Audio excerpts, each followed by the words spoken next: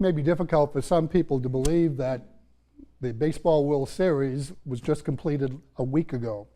Here we are well into the season of fall, and yet we hung on to summer with that rather long playoff season, and obviously are very happy for the Houston Astros on the victory that they achieved.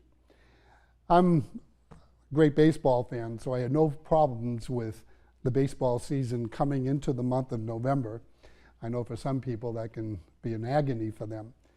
But one of the things that I've often found interesting about baseball are the rules of the game.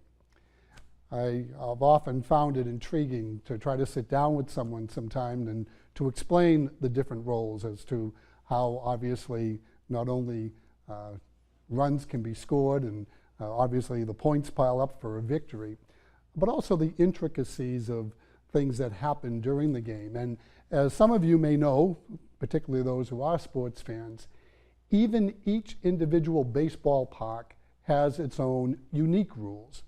And before a game, those rules are spelt out by the umpires to the managers of the opposing teams, and hopefully from that, a fair game can be played. It's something that I think we all look for in different aspects of our life. That is, knowing the rules of the game, so to speak, or really what's at stake when we enter into something, whether it be a contract for buying something of great value, or for that matter, even establishing a relationship of any sort. If you're looking for that, today we really find ourselves being hit right in the gut with what is expected of us to be disciples. Now, I have to admit, the words that we find in Luke's gospel here that Jesus speaks to us about hating our father and mother, wife and children, brothers and sisters, and even our own life are rather harsh, and again hits us right in the gut.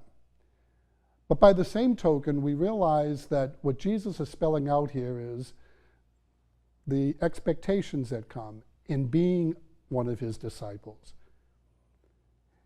In saying these very harsh words, Jesus is inviting us, obviously, to see where our priorities have to be placed if, in fact, we are going to be able to be instruments of his reconciliation and his peace in the world. Now, maybe using these words hit us very harshly, particularly because they do come from the Lord.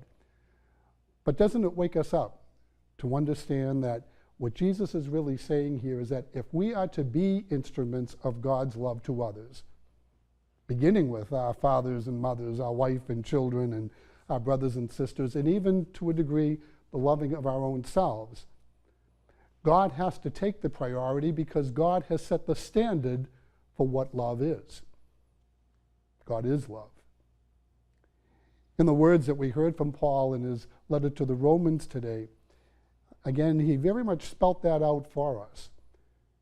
Again, we heard the age-old commandment there that is so much ingrained within us. You shall love your neighbor as yourself.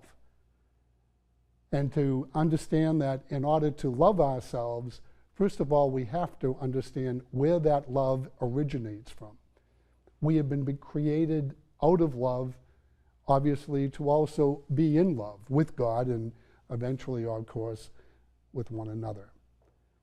As Paul wraps it up at the end of his reading here that we heard today from Romans, love is the fulfillment of the law, all law. And of course, God being love has set the standard. So, to play by the rules of game of life, at least as we would hope to as disciples of the Lord, it is imperative upon us to, again, take hold of this command of Jesus, and certainly an understanding of why he would speak so strongly to those who were seeking to understand God's ways in their own life and in the world in which we live. And as we renew ourselves in the sacrament of Christ's love for us, the sacrament of the altar, we pray that the grace that flows from this Holy Eucharist today will help us all to be ever more faithful disciples as we seek to fall upon the commands of God and the expectations that we do have to be able to truly love our neighbor as ourselves.